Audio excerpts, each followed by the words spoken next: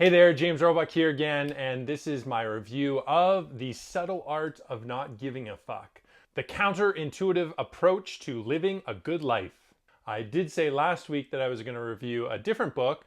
I decided not to because I don't give a fuck. So I crushed this book in less than a day. I really enjoyed it. The title is completely right when it says a counterintuitive way to living a good life.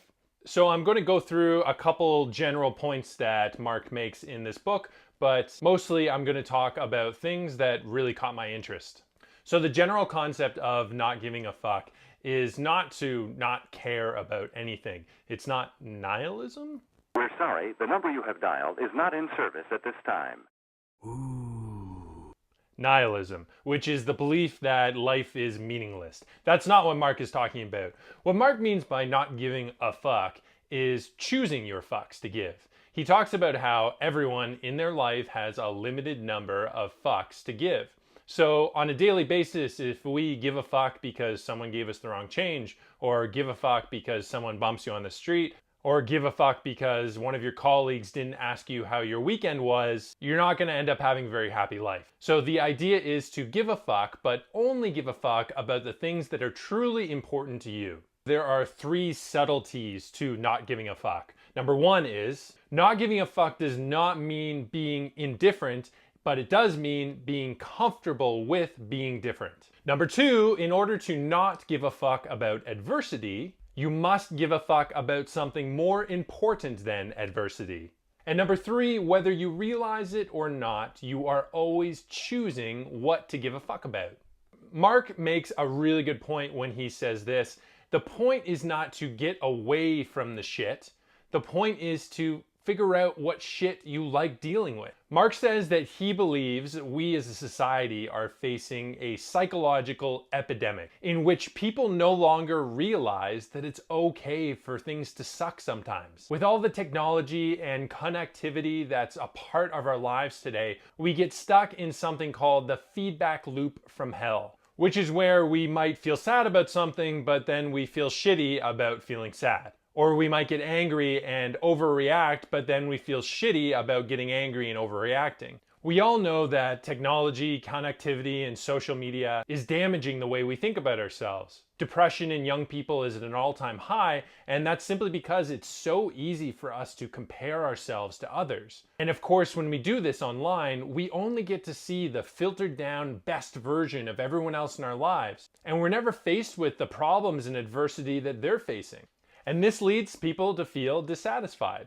But here's the thing, dissatisfaction is actually hardwired into our brains. Mark says that dissatisfaction is a form of suffering, and we suffer because it's actually biologically useful to us. It's nature's way of inspiring change. So we've actually evolved to live with a certain amount of dissatisfaction or insecurity in our lives because it's the dissatisfied or insecure creature that's actually going to do the most work to innovate and survive.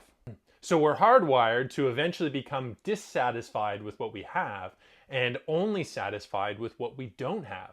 And this constant feeling of dissatisfaction is actually what has pushed our species to successfully strive, build, grow, and conquer. So to feel pain or misery or dissatisfaction is not something wrong with our intelligence, but it's actually a feature of our intelligence. This is similar to physical pain. So if you stub your toe on your coffee table, your brain gets a message that you're in a lot of pain, and that's going to push you into never doing that again. So Mark says the point is not to hope for a life without any problems, because no such thing exists. Instead, hope for a life with good problems. That idea of good problems really rang true to me. Last year, my dad was diagnosed with terminal brain cancer, and throughout his 10-month-long battle, me and my entire family were really stressed and really sad.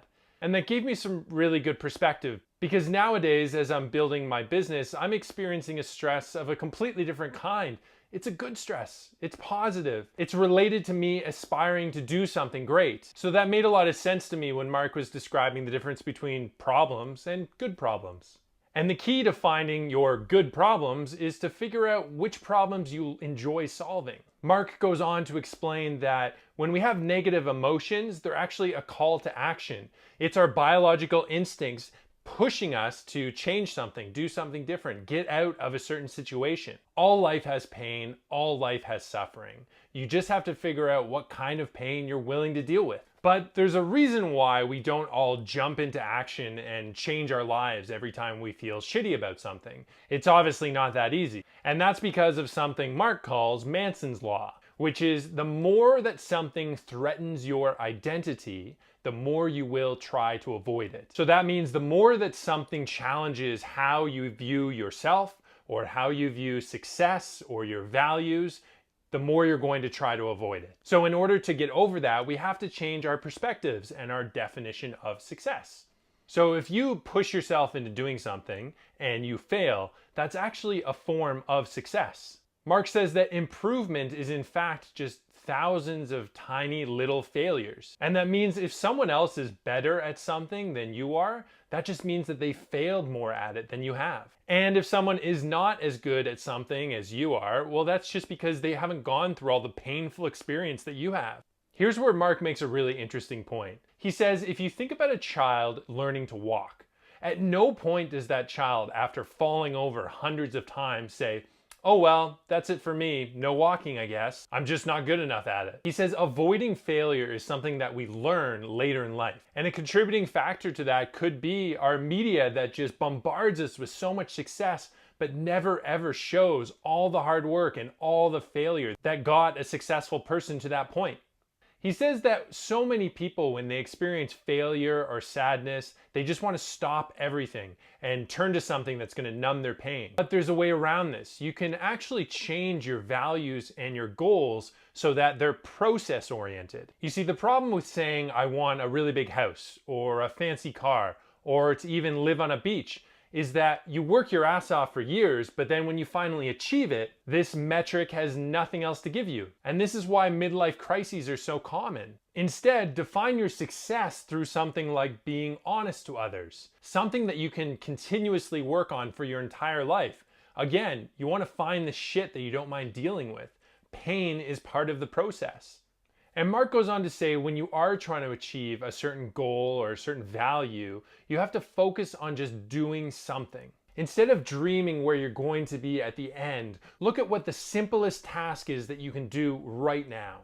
He talks about a novelist who's written over 70 different novels, and someone asked this novelist, how did you do it? How did you write that much? To which he responded, 200 crappy words a day. That's it. He just committed to writing 200 words every single day. And over time, he got 70 novels out of it. This made me think about an experience that I had. When I was living in Australia, I got a job doing door-to-door sales, door knocking.